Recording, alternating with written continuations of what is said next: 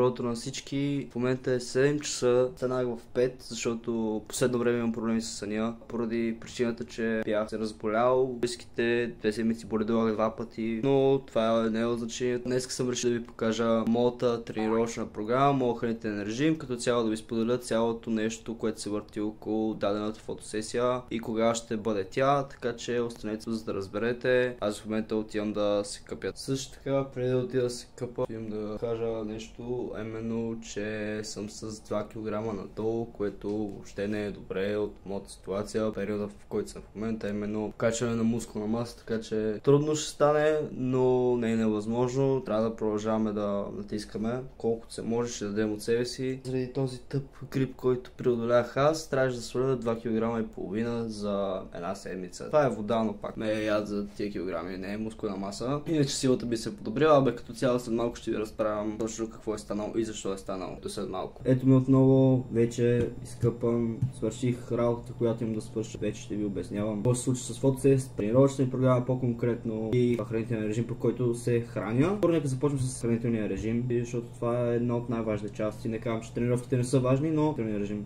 е важен. Като цяло гледам да ям по-чисто и главно да имам около 450 грама месо всеки ден, около 200-300 грама въглехидрати, 80-90 грама мазнини. Кашвам на тези макроси, да означава, че не си позволявам нещата, които обичам, защото аз съм от хората, които могат да си позволят да ядат бокуци и да не им стане нищо на тялото. Въпреки това не го правя, защото просто искам да си наложа тази дисциплина да се храня по режим.